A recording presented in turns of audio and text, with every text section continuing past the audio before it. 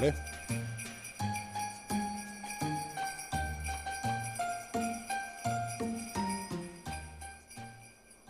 Cuando hablas, respiras. Respiras cuando corres, cuando juegas y cuando vas en bici. Respiras incluso cuando no respiras.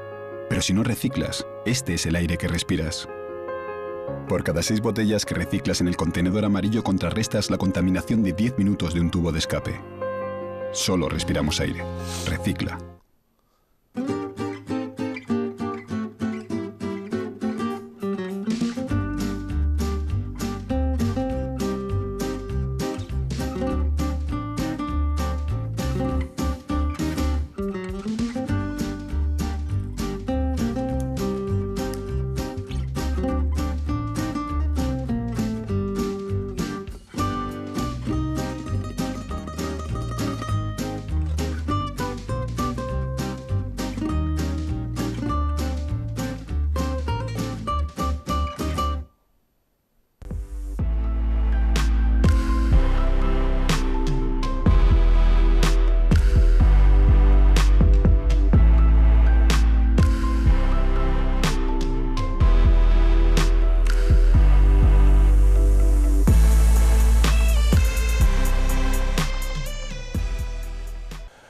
Buenas tardes, familias, bienvenidos a nuestro último Gran Vía del año, un Gran Vía especial que pueden comentar, como siempre, a través de nuestro perfil de Facebook, Ceuta Televisión, y el de Twitter, @CeutaTV. Les invito, como siempre, a que nos digan desde qué parte del mundo nos están viendo en un Gran Vía en el que, como les decía, es especial, es el último Gran Vía del año y por ello les vamos a rescatar, les vamos a repasar algunas de las noticias, no todas, porque desde luego son inabarcables, más destacadas de estos últimos 365 días. Un año con varios frentes informativos que algunos todavía no han concluido. Por ejemplo, en 2019 será el año en el que, en principio, podrían concluir algunos casos que judicialmente han llamado bastante la atención. El más mediático por su vertiente política, sin duda alguna, el de Envisesa. Tras más de un año en prisión y un arduo camino hasta completar los 300.000 euros de fianza, a Antonio López, viceconsejero de Vivienda, en el momento en el que se producían los hechos que se investigan por parte de la justicia, salía en libertad. Ello era a finales de marzo, eso sí, con la retirada del pasaporte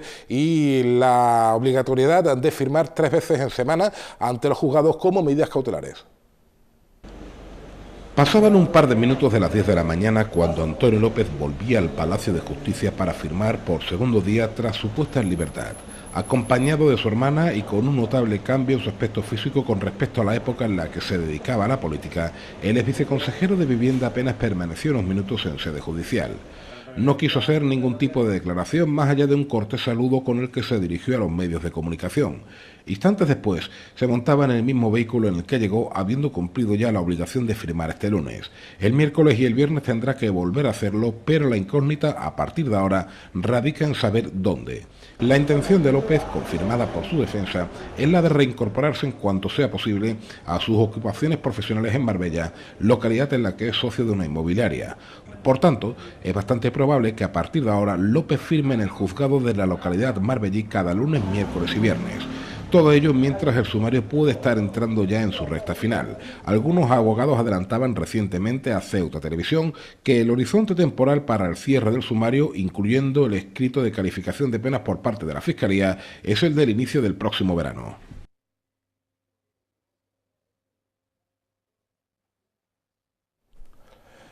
Pero eso sí, no fue hasta hace poco más de un mes, el pasado 19 de noviembre, cuando conocíamos el auto de procesamiento firmado por parte de la magistrada Raquel Lucini, destinada justo un día después al juzgado número 4 del puerto de Santa María. Lucini no solo procesa a López, sino a un total de 60 personas, entre las que figuran las exconsejeras Susana Román y Rabea Mohamed, el diputado de Caballas Mohamed Ali, así como varios empleados de Envisesa y varias personas supuestamente vinculadas a la trama. Punto y seguido en el caso Envisesa. La juez Raquel Lucini ha puesto final a años de instrucción con el auto de procesamiento a 60 personas, entre ellas, y al margen del señalado como principal inculpado, Antonio López, otros rostros conocidos de la política local, concretamente las exconsejeras Susana Román y Rabea Mohamed, el diputado de Caballas Mohamed Ali o el que fuera gerente del PP y diputado autonómico Jesús González Barceló. En el caso de López, al que la juez considera cabecilla de la organización criminal y máximo responsable, se le acusa de presuntos delitos continuos continuados de malversación de caudales públicos, prevaricación, organización criminal, cohecho, blanqueo de capitales, tráfico de influencias y falsedad documental. A la magistrada también le llama la atención el importante aumento, dice ella, detectado en el patrimonio del exconsejero. Sobre los otros miembros de la trama política, la juez procesa por el delito continuado de malversación de caudal público, delito continuado de prevaricación administrativa, de falsedad documental, imputado a Susana Román, y además tráfico de influencias en el caso de Rabia Mohamed y Mohamed Ali. En lo referente al exdiputado y exgerente del PP, Jesús González Barceló, proceder contra él por un delito de tráfico de influencias, dado que usaba su relación con el partido político en el que ostentaba el cargo de gerente para conseguir de Antonio López una vivienda de protección oficial, puesto que el investigado era conocedor de que Antonio entregaba las casas a cambio de dinero o fuera de todo proceso legal. De hecho, dice la juez, confieso saber que una persona le contó que había entregado 3.000 euros para comprar una casa y no lo denunció. También son procesados 5 empleados de Envisesa para obtener el enriquecimiento, dado que dichos funcionarios que participaban con funciones administrativas en el procedimiento de selección de los adjudicatarios de vivienda han actuado a los órdenes irregulares del cabecilla de la trama, la red de captadores. La juez señala en su auto que cuando los captadores tenían a un particular interesado en la vivienda, lo ponían en conocimiento del cabecilla, quien por su cargo lograba que ingresaran en la lista de adjudicatarios que negociaba esta y los supuestos compradores a los que se imputa un delito de cohecho. La juez da un periodo de varios días para interponer posibles recursos.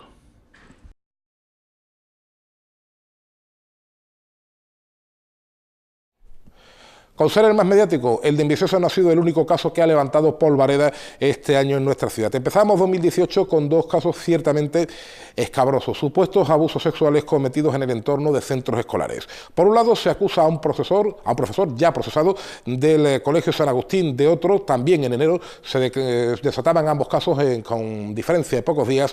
Se detuvo a un trabajador del plan de empleo adscrito al López de Vega por idénticos motivos.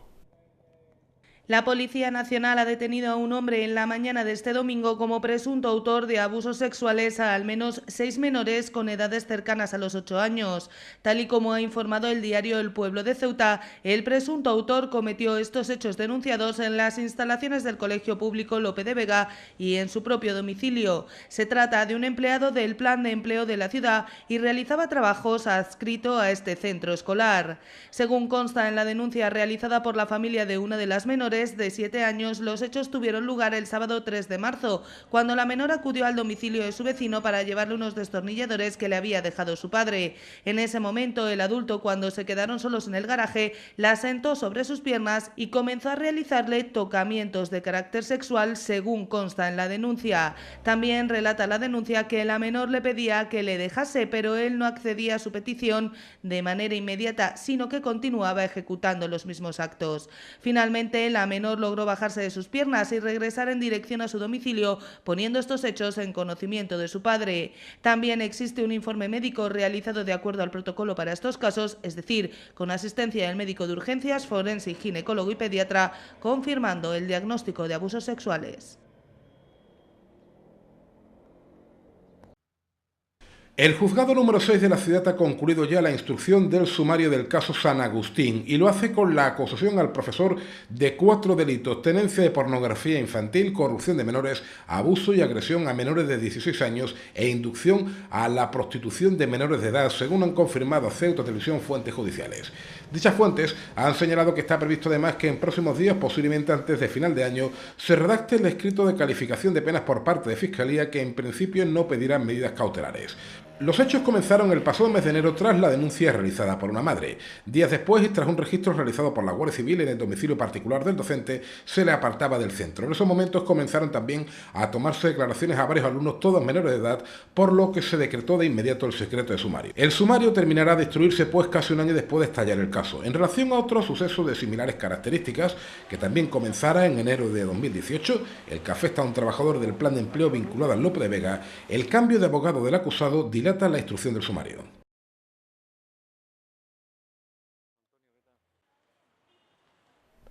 Y otra noticia de tribunales: el 2 de febrero culminaba el calvario de Ali Outara. El padre del niño de la maleta era condenado en firme a pagar 92 euros, algo interpretado prácticamente como una victoria tras años de litigio judicial.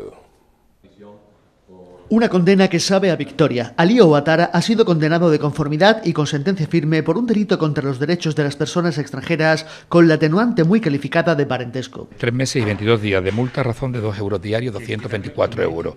Correcto, y hay que rebajarle el mes que estuvo en prisión, que igual pues se va a quedar en un mes a lo mejor, no lo sé.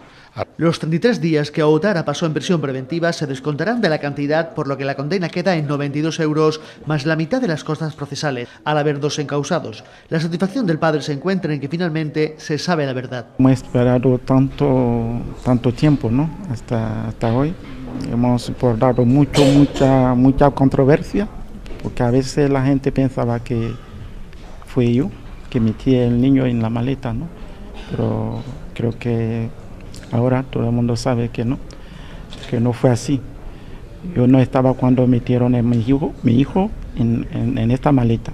Nunca lo voy a permitir si estaba aquí.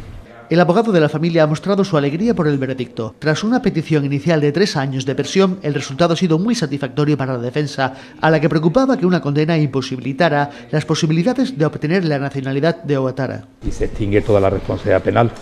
Con la fianza se pagan los 93 o 94 euros y ya, bueno, pues ya se ha cumplido entre la sentencia, ya queda extinguido sus antecedentes y todos estamos muy contentos, la verdad. El juicio ha transcurrido sin sorpresas, el padre defendiendo su inocencia y el desconocimiento de las circunstancias ilegales en las que se iba a producir el transporte de Adu.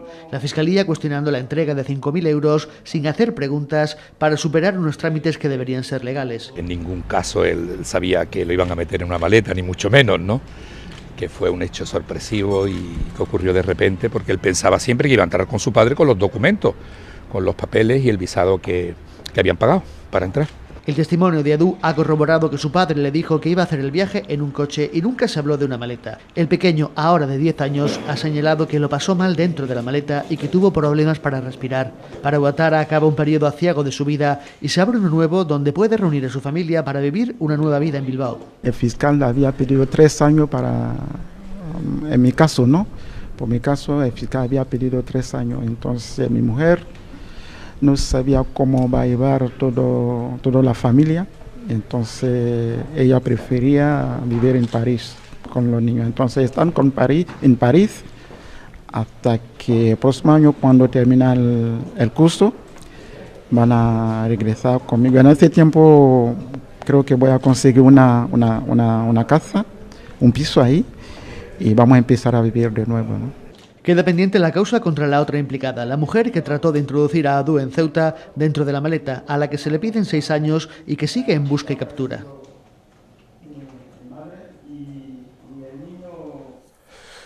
Eso en los tribunales. En el plano político, el año que se nos va ha sido intenso, demasiado intenso tal vez. La principal noticia se conocía sin duda alguna el pasado mes de junio, horas después de aprobar los presupuestos generales del Estado para este año, lo que en teoría garantizaba acabar la legislatura. Sin embargo, el Partido Popular se encontraba con una desagradable noticia. La justicia le condenaba como culpable en el juicio del denominado caso Gürtel. Ello se invocaba en la 5ª moción de censura de la historia de nuestra democracia, la primera con éxito. Pedro Sánchez se convertía en el 7º presidente del gobierno de nuestra democracia. Votos emitidos 350. Votos a favor de la moción de censura 180. Votos en contra 169. Abstenciones 1. Al haber alcanzado el voto favorable de la mayoría absoluta de la Cámara, queda aprobada la moción de censura, lo que, de conformidad con el artículo 178 del Reglamento, se pondrá en conocimiento de Su Majestad el Rey y del presidente del Gobierno. De acuerdo con el citado precepto, el candidato incluido en aquella se considera investido de la confianza de la Cámara, a los efectos previstos en el artículo 99 de la Constitución. Don Pedro Sánchez Pérez Castejón. Muchas gracias, señorías. Muchas gracias, señor presidente. Muchas gracias, señor presidente.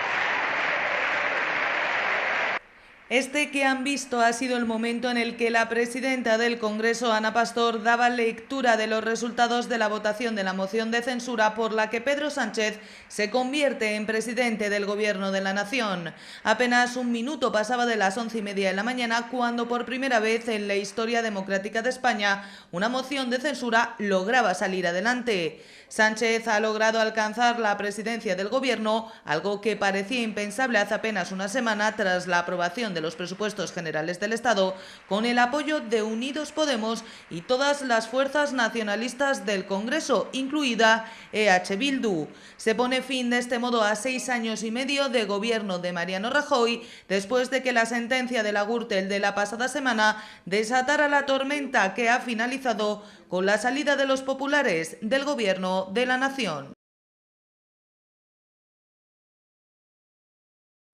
La investidura de Sánchez daba lugar a una serie de cambios en la Administración General del Estado. En Ceuta, sin duda alguna, el más significativo fue el relevo en la delegación del Gobierno con una veterana militante socialista, Salvadora del Carmen Mateos Estudillo, como nueva inquilina de la Plaza de los Reyes. Soy consciente de las dificultades y retos que ello entraña. Los asumo con responsabilidad, pero también convencida que desde el trabajo, el rigor y, ¿por qué no?, con una buena dosis de ilusión, podremos contribuir a mejorar la actual situación de Ceuta.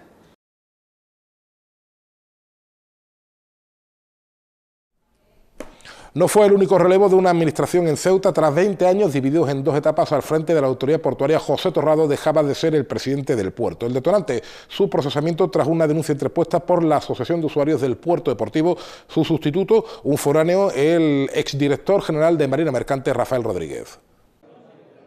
El nuevo presidente de la autoridad portuaria, Rafael Rodríguez Valero, ha jurado su cargo este jueves en un acto en el que han estado presentes el presidente de la ciudad, el delegado del Gobierno y el presidente de Puertos del Estado, entre otras autoridades. Rodríguez Valero ha afirmado que es un honor presidir la autoridad portuaria de Ceuta y una gran responsabilidad, ya que el anterior presidente le deja el listón muy alto, destacando el trabajo realizado por José Torrado, que ha calificado de excelente. Aprovecho la ocasión para darte a ti las gracias y a todo tu equipo por el excelente trabajo llevado a cabo durante tantos años.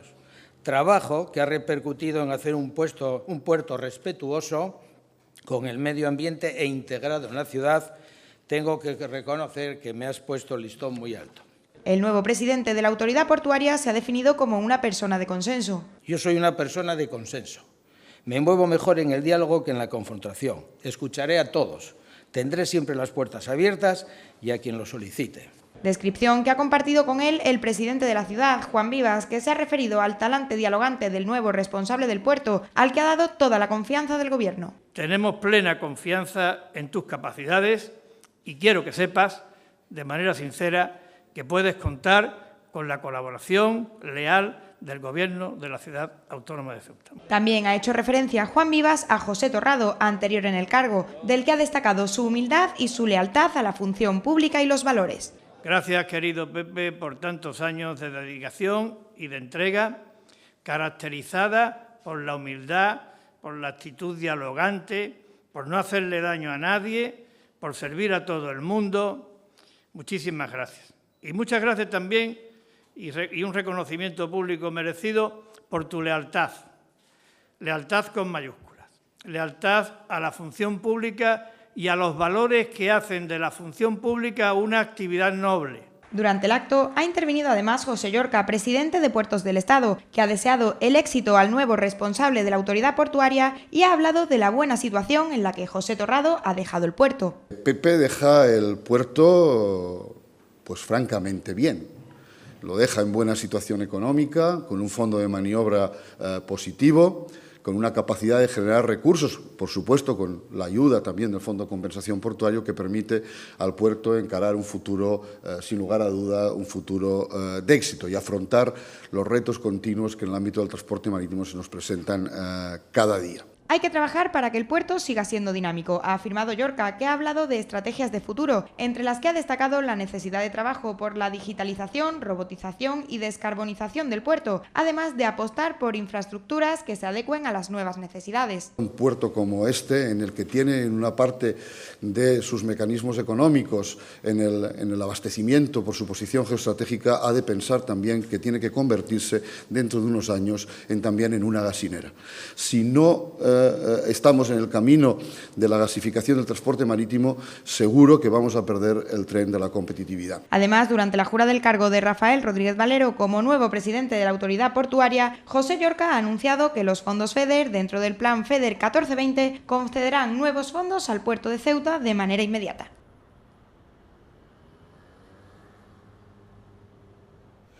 Precisamente en territorio portuario se han escrito algunos de los titulares destacados de este año, entre otras cosas relacionadas con los menores extranjeros no acompañados, el suceso más trágico, el más luctuoso, la muerte de uno de ellos, de un mena aplastado por un camión el 6 de abril.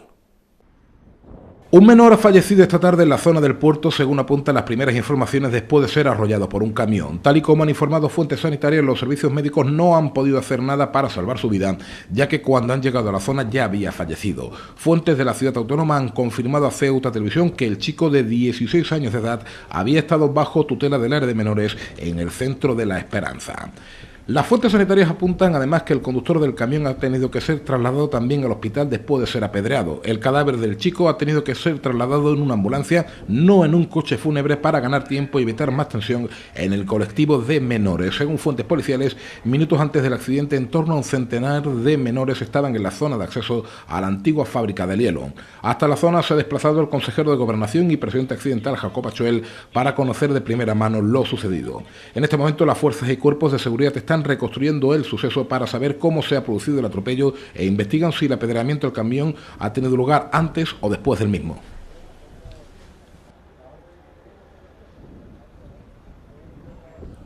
Otro titular, los barcos. En el año en que entra en vigor el 75% de bonificación por residencia en el transporte insular o los billetes a 16 euros, son sin embargo dos buques los que llaman la atención. Por un lado, el carguero senegalés San Leon, que amenaza con un vertido que finalmente no llega a producirse, y por otro lado el paseo per Formentera, que hace apenas una semana protagoniza el susto del año. Justo un mes después de sufrir el incidente en aguas de Santa Catarina, el carguero liberiano San Leon abandonaba el puerto de Ceuta esta mañana con destino a Cádiz. A las 10:30 el barco salía desde el muelle de Poniente acompañado de un remolcador venido exprofeso desde Málaga. La duración del viaje, según los cálculos de Capitanía Marítima, era de entre 8 y 10 horas hasta el muelle de la Cabezuela en los astilleros de Navantia. No solo por cercanía, el astillero gaditano tiene también instalaciones preparadas para la descarga de cemento. La situación legal del barco en cualquier caso es solvente, según ha aclarado en varias ocasiones el capitán marítimo de la ciudad, Jesús Fernández Lera.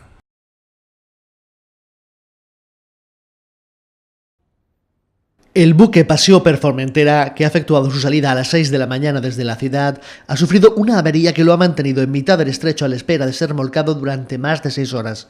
La avería, que se producía en torno a las 6:45 de esta mañana, se ha debido a un pequeño incendio que habría dejado la nave sin propulsión, si bien no ha habido que lamentar daños personales. La gente que estaba de guardia en la máquina han oído una explosión dentro, en la sala de máquinas, enseguida han ido a mirar, etcétera, pumba, y se han dado cuenta que la sentina estaba ardiendo y un tubo de fuel estaba también ardiendo y echando mucho humo.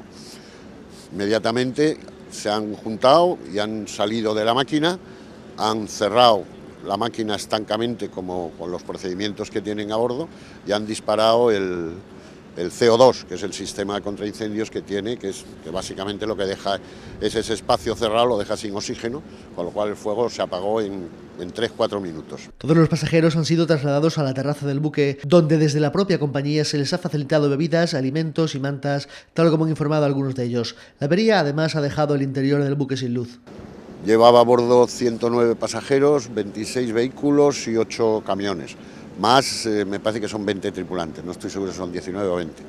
El remolcador que ha trasladado al buque ha llegado cerca de las 9:30 de esta mañana hasta la zona, mientras que las embarcaciones de salvamento marítimo se encontraban en las inmediaciones del buque, por si hubiera sido necesario atender cualquier tipo de emergencia. Se ha iniciado todo el procedimiento de salvamento, de decir, bueno, el barco se queda sin máquina y se queda sin servicios, y entonces lo que se ha movilizado es, primero se les ha dicho si necesitaban algún tipo de medio aéreo para evacuar a algún herido, a alguna persona que estuviera mal, etcétera. No ha habido necesidad de hacer eso y se ha procedido, bueno, pues a movilizar los medios de salvamento, el Luz de Mar, el remolcador de altura y la lancha nuestra, por si había que sacar a alguien rápido. Y luego la empresa, en ese ínterin, en esa media hora, ha contratado a un remolcador que casualmente estaba en Ceuta, un remolcador de altura de Boluda, que ha sido el que lo ha enganchado a 4 millas y lo ha traído remolcando hasta prácticamente la bocana del puerto, donde lo han cogido los 2 remolcadores que están ahora, bueno, que son los que lo han metido. El puerto de Algeciras anunció además la cancelación de la salida que el buque tenía prevista a las 8 de la mañana desde la localidad Campo Gibraltareña. La rotación de Algeciras a Ceuta ha sido efectuada por el poeta López Anglada, que se encargará de sustituir al paseo durante los días que se tarde en efectuar las reparaciones. No sé cuánto, ahora hay que esperar a que la máquina se le vaya el CO2 y podamos entrar para evaluar ya bien cuál es la avería, limpiar y poner en funcionamiento todo. Eso van a pasar unos días, y más en la fecha que estamos, pues yo me imagino que va a estar unos días largos. La Capitanía del Puerto ha manifestado que, dadas las circunstancias incontrolables de una avería, están satisfecha con la respuesta dada por todos los implicados, constatando que cualquier accidente en el mar reviste una enorme gravedad y los tiempos empleados para las operaciones han sido los oportunos.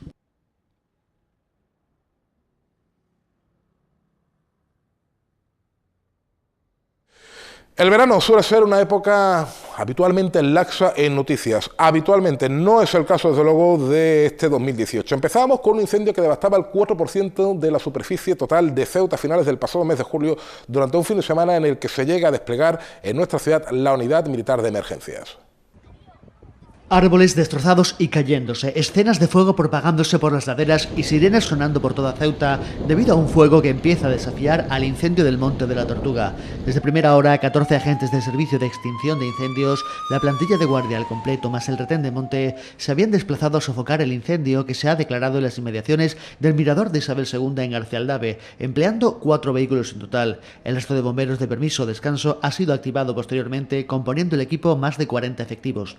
Sobre las 3 de la tarde han comenzado a desalojar la zona del pantano, incluyendo las cabañas de Miguel de Luque, una boda que se iba a celebrar en el Sarao o la protectora de animales. Las actuaciones continúan en previsión de que pueda alcanzar la zona alguno de los 3 focos que se han generado. A primera hora de la tarde se ha recurrido a medios aéreos solicitando este refuerzo al Ministerio de Agricultura, Alimentación y Medio Ambiente. El primer hidroavión tenía prevista su llegada en torno a las 4:30 de la tarde. También se ha activado a Cruz Roja, que ha enviado a la zona 2 ambulancias y 10 voluntarios, y a la Unidad Militar de Emergencias, que está en situación de preaviso. No cabe duda de que se trata de un incendio de gran magnitud que se extiende con rapidez debido a las condiciones de sequedad y calor, además de las fuertes rachas de viento de poniente que convierten este fuego en un enorme peligro para toda la zona.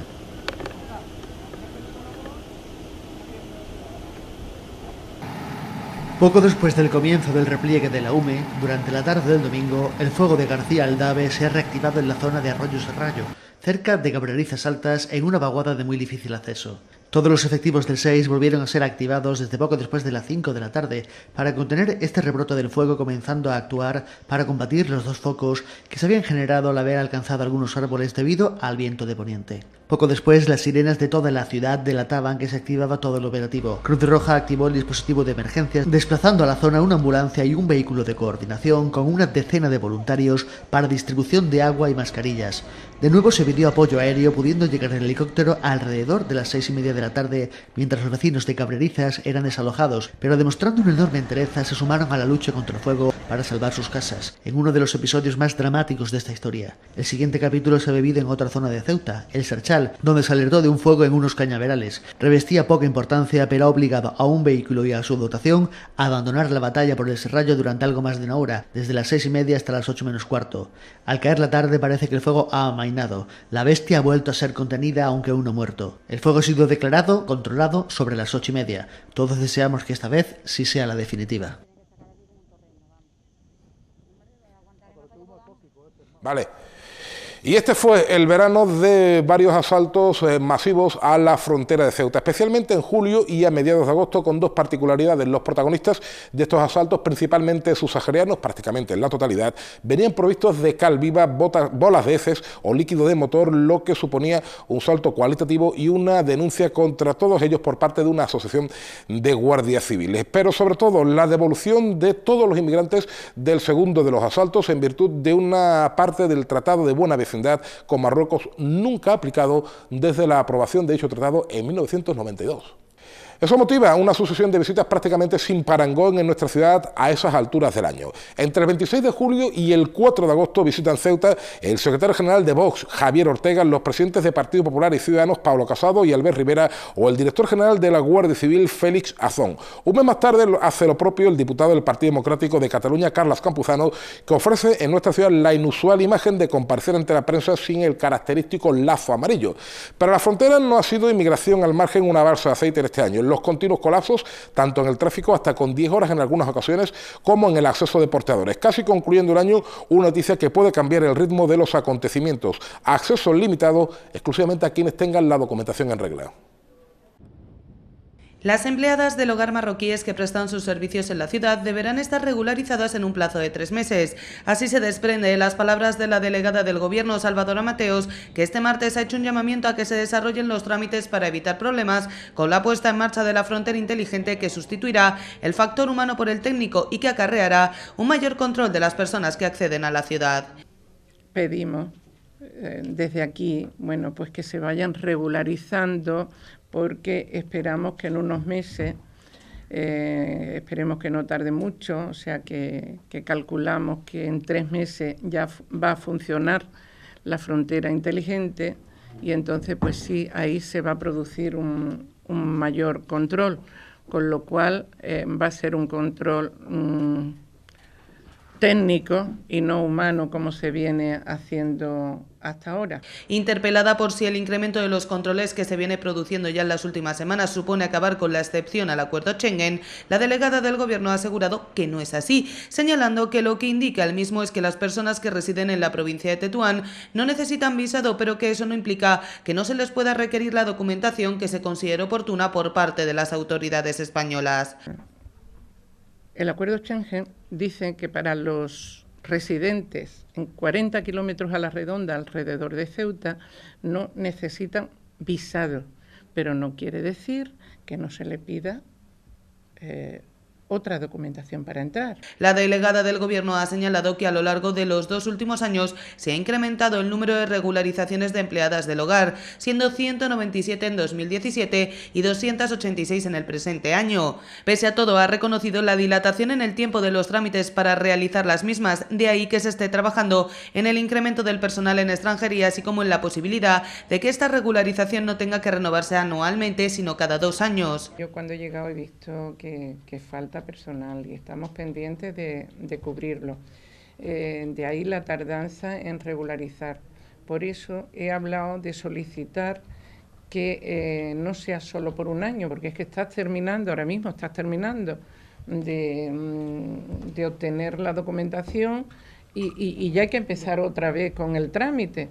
Entonces, pues a ver si se puede, vamos a intentar el que se amplíe y que sea mínimo por 2 años. Un incremento de los controles que, en cualquier caso, ha insistido, tiene por objetivo que nadie trate de portear por el paso convencional del Tarajal 1, tratando de evitar situaciones de peligro que pueden producirse ante las avalanchas y los colapsos que se han venido viviendo en la zona de forma habitual.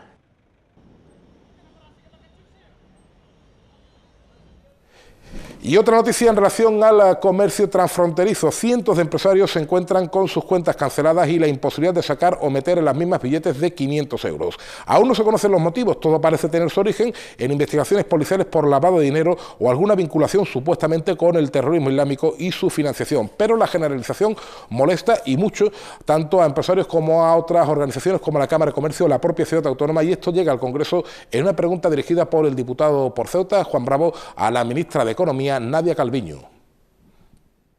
El diputado por Ceuta, Juan Bravo, ha reclamado a la ministra de Economía, Nadia Calviño, una solución al problema detectado con el cierre de cuentas bancarias en nuestra ciudad durante los últimos meses. En una interpelación, Bravo ha señalado que hay que colaborar con las normativas comunitarias de control, pero ha descrito la situación que viven comerciantes y empresarios ceutíes de forma generalizada. Que no es que no les dejen ingresar billetes de 500 euros, tampoco de 200 ni de 100, e incluso les cierren las cuentas bancarias. No le estamos pidiendo, no malinterpreten mis palabras, no le estamos pidiendo que no aplique la norma. Todo lo contrario, si alguien soporta normas, es Ceuta y Melilla. Hasta 3 controles en la entrada de mercancía, cosa que no tiene ninguna otra parte del territorio nacional. Le estamos pidiendo que adapte la normativa, que nos ayude a adaptar la normativa a las necesidades y a las peculiaridades de estas ciudades. En este sentido, ha recordado que tanto la Asamblea como las organizaciones empresariales o las cámaras de comercio de Ceuta y Melilla han reclamado actuaciones en la línea que él ha indicado. Para ello, tiene el apoyo de los 2 presidentes de las ciudades autónomas, de Ceuta y Melilla, tiene el apoyo de las confederaciones de empresarios, tiene el apoyo de la Cámara de Comercio. ¿Y sabe cómo se soluciona esto? Y si me admite el consejo, como un humilde diputado, como bien decía mi compañero, le invitamos a que conozca Ceuta, le invitamos a que nos visite, a que conozca nuestras peculiaridades y a que conozca el profundo sentimiento español que se vive desde la convivencia y la diversidad cultural.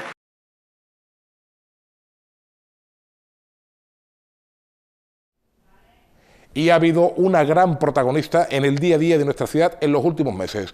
Una obra encomendada a Traxa que cambia la fisonomía del centro durante varios meses y que ha suscitado, como saben, un gran debate. La reforma de la avenida Alcalde Sánchez Prados, la obra de la Gran Vía. El tema incluso ha llegado a los tribunales, un técnico tendrá que declarar como imputado en los primeros días de enero y ha motivado una gran controversia entre los partidarios y detractores de la reforma por el coste y utilidad de la misma. Les ofrecemos ahora una lectura distinta. La obra en teoría permitirá recuperar el antiguo convento de los Trinitarios. ¿Saben dónde están? Seguro, han pasado por él más veces de las que creen.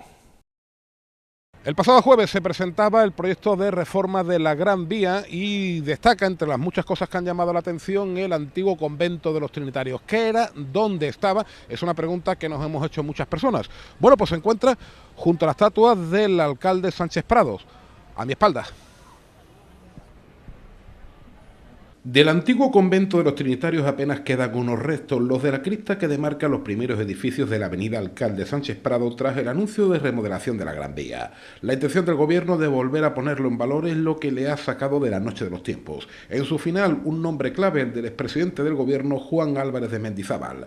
Y el caso es que, como en tantas otras ocasiones en la historia de Ceuta, ese convento estaba construido sobre los restos de civilizaciones anteriores. En este caso sobre una madrasa, tal y como cuenta el cronista oficial José Luis Gómez Barceló. El convento de Trinitarios fue una enorme edificación que, bueno, su procedencia era la antigua universidad árabe, la Madrasa Al-Jadida de Ceuta. Cuando llegan los portugueses en el siglo XV, pues lo ocupan los franciscanos y montan su convento, y a finales del siglo XVI lo reemplazan los trinitarios. Los trinitarios lo ocuparon hasta la desamortización, a mitad del siglo XIX, concretamente hasta 1835, y entonces el convento se utilizó en parte como viviendas y siguió abierta la iglesia. Al demolerse a finales del siglo XIX, el cuerpo de ingenieros demolió todo, incluso la iglesia, pero mantuvo la antigua cripta. ¿Qué pasó con los restos del convento? Si usted es devoto del Cristo de Medinaceli o suele ir a misa a la iglesia de los Remedios o la de Santa María de África, cuidado porque le serán mucho más familiares de lo que cree. Así, por ejemplo, el Medinaceli procede del convento de Trinitarios, la Santa Lucía, que está en la iglesia de África, procede de los Trinitarios, el retablo principal es el que hoy día está en la iglesia de los Remedios. En cuanto a la documentación, pues una parte está en el Archivo Diocesano de Ceuta, también algunos de sus libros están en la biblioteca. Es decir, que se repartió como buenamente se pudo. A pesar de las numerosas construcciones y demoliciones que ha vivido la avenida Alcalde Sánchez Prado desde finales del siglo XIX, la cripta se ha respetado. En ella reposan los restos de antiguos gobernadores, tanto civiles como militares. El Real Convento de Trinitarios era el lugar elegido por muchos militares para su enterramiento. Y efectivamente aquí hay gobernadores como Francisco de Horta y Arcos, incluso creo que Gironella, que están enterrados en esta cripta. Uno de esos parajes, pues, en los que la historia se ofrece ante los ojos de generaciones de personas hasta que un buen día se hace visible del todo. Y por supuesto que se nos quedan muchísimas historias en el tintero. Amigos como Higinio Molina, Mariano Díaz Mesa, José Luis Morales o Eduardo Ayala, que nos dejaron este año para permanecer en nuestros recuerdos. Historias con sabor amargo, el que siempre deja una tanda de penaltis que impide un ascenso, como ocurrió con el Ceuta el pasado mes de mayo frente al Orihuela. La historia de superficies comerciales, día cierra en Jadú, volverá a abrir en los primeros días de enero y Mercadona desembarca en la ciudad autónoma. Precisamente en la inauguración de una de estas superficies, el presidente de la ciudad, Juan Vivas, deshoja la margarita y se pone a disposición del Partido Popular para encabezar la lista de cara a los comicios del próximo año. Ceuta tampoco es ajena al movimiento Me Too, que cruza el estrecho el pasado 8 de marzo con motivo del Día Internacional de la Mujer Trabajadora. Historias de reelecciones en la Cámara de Comercio con Karim Bulaix o de nuevos rostros con Francisco García Segado haciéndose cargo de la Federación Provincial de Asociaciones de Vecinos. Historias, muchas que se nos quedan por contar y que las tienen a su disposición en la página web de Ceuta Televisión. Historias que han sido e historias que serán, las que les contaremos sin duda alguna, y si ustedes lo tienen bien, el próximo año. Hasta entonces, gracias como siempre por elegirnos y sobre todo, sean felices.